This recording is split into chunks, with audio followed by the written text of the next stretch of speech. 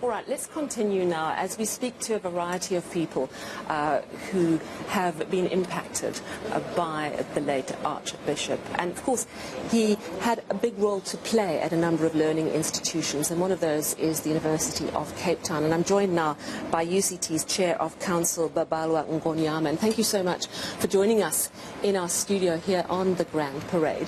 Talk to me about the relationship that the Archbishop had with the institution of UCT, where it started and how it evolved. Sure. The Arch loved education, you know. So he was a big supporter of many universities in the country. And of course, for us at UCT being in Cape Town, and therefore he visited us more frequently than any other university, I would say. So at UCT, we have a center that we have called with his name, which is the Desmond Tutu AIDS Center. So what the center does, it actually does two major things. It focuses on the research on HIV, and also, though, it works with the community on awareness, you know, teaching kids at school about HIV and AIDS using storytelling that we were taught of by our kids, by our parents in the olden days. But more so than on the medical side, you know. So we look at the impact of the HIV treatment on children, on teenagers, and as well as adults. And you know that there are opportunistic diseases that come every now and again. So we constantly look at the research as to how to deal with those diseases. And then what we would also look at is just the research on the HIV vaccine, you know, which you are aware that is something we're all looking forward to. So we have clinical trials every now and again.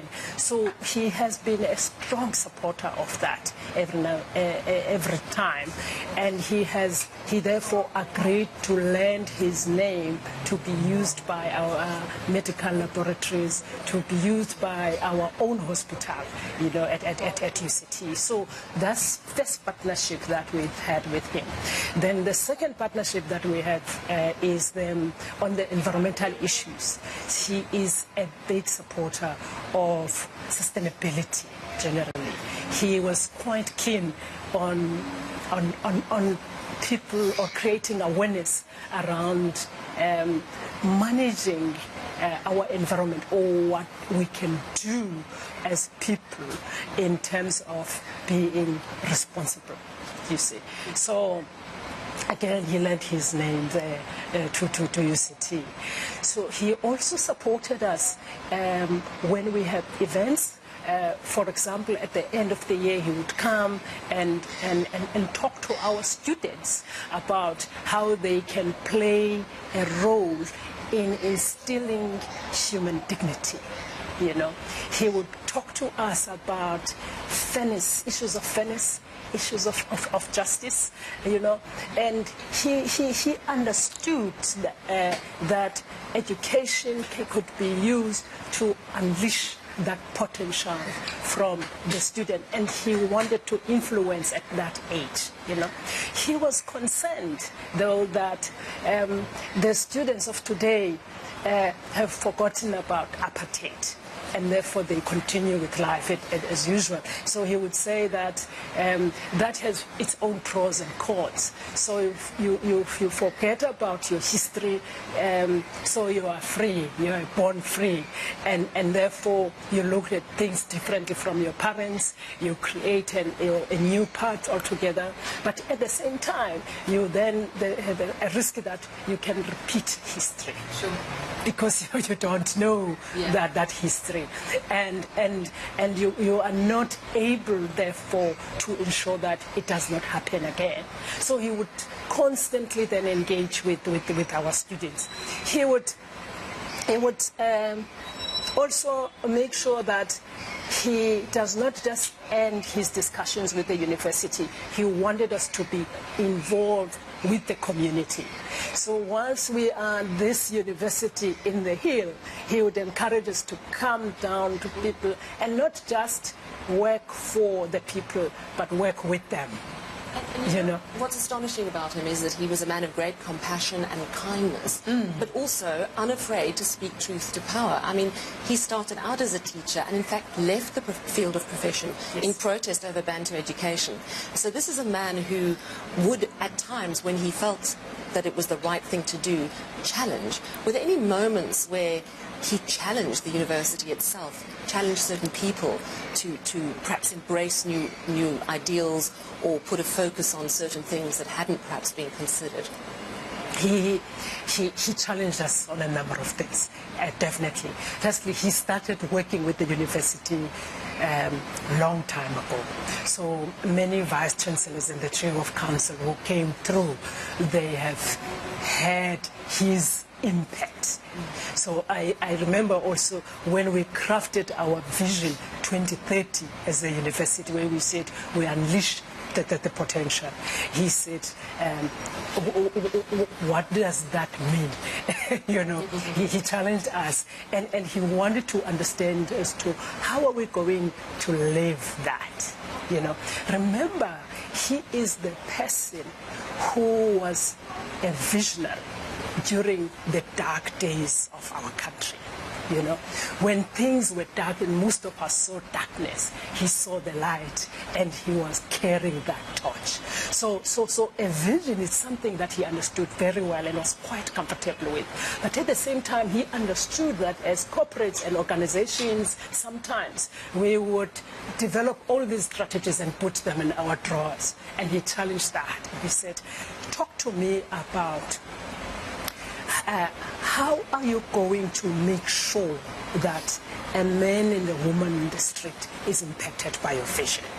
So you really took great concepts and made sure that they were practical and were rolled out. And that is such a crucial element of any great plan, isn't it? And I'm wondering, how did the students, how they, you know, obviously, you know, in recent years he's become more and more frail, but how have his messages resonated with the students of today? You said that he was at times concerned that students were forgetting apartheid. In a wonderful way, it's marvelous that we don't have to worry about, you know, apartheid itself, but we should never forget, because as you say, it can then repeat in different ways. But how did the students of today respond to him? So they actually invited him more. For example, in the old Smarts Hall, which is one of the big residences at UCT, annually they wouldn't fail to invite him to talk to them.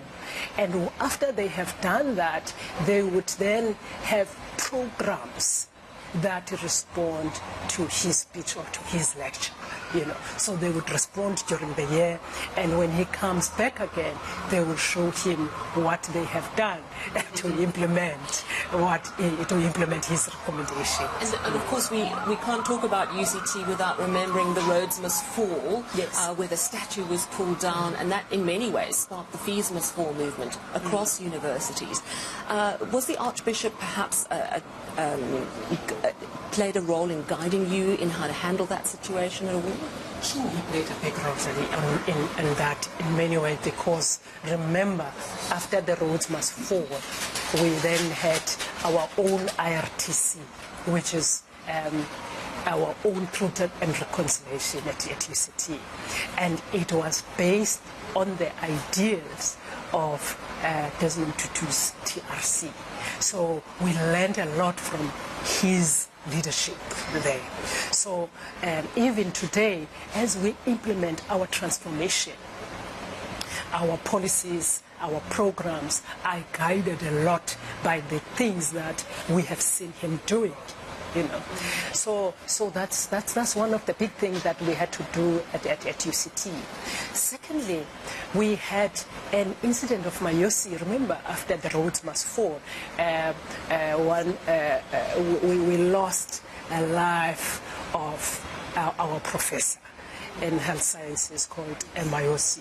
So again, the issues there were issues around wellness, which and health, and other issues of equity, issues of reconciliation that we had to look at as the university, but over and above everything that he has taught us, every step that we take as a university and every move that we make is guided by his ideas. So if you look at the results of the MIOC report today, how it's crafted, where it's coming from, the thought process around it, it's actually around the principles we learned from Desmond Tutu. Yes. Talk to me on a personal level, finally, about how you will remember him, or perhaps the impact that he's had on you personally.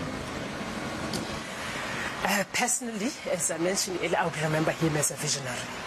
You know, he has taught me that a future is not something that we should wait for, or it's not a place we are going to.